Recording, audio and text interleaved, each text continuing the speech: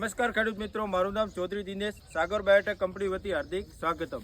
તો ખેડૂત મિત્રો, આજે આપણે ડીસા તાલુકા ચિત્તોડા ગામે પ્રજાપતિ દેવાભાઈને ખેતરે એક ખેડૂત શિબિરનું આયોજન કરવામાં આવ્યું હતું, જ્યાં આપણી સાથે ઘણા બધા ખેડૂતો જોડાના છે અને એમને પણ ફિલ્ડ દેખાડવામાં આવ્યું। તો આપણે ખેડૂત મિત્રો પાસે બધા પાસે રિવ્યૂ લઈશું કે એમને કેવું ફિલ્ડ લાગ્યું। તમે આ ફિલ્ડ દેખ્યું, તમને કેવું લાગ્યું?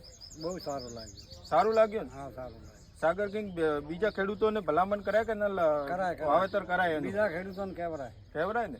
ઓકે, પછી નમસ્કાર। નમસ્કાર।